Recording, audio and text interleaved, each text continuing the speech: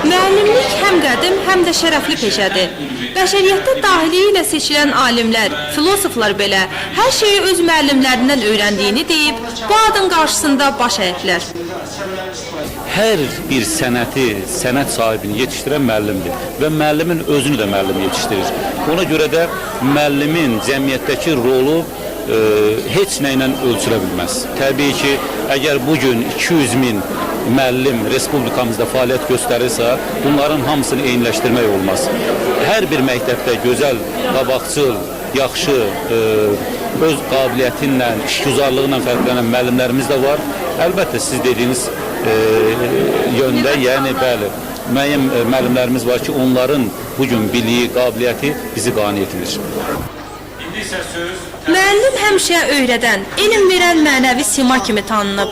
Lakin bugün bu peşəyə, bu ada ləkə gətirən insanlar da az deyil. Bunu hətta müəllimlər özləri də etiraf edirlər. Müəllim bütün dövrlərdə ustad olur, bütün dövrlərdə müəllim öyrədən olur.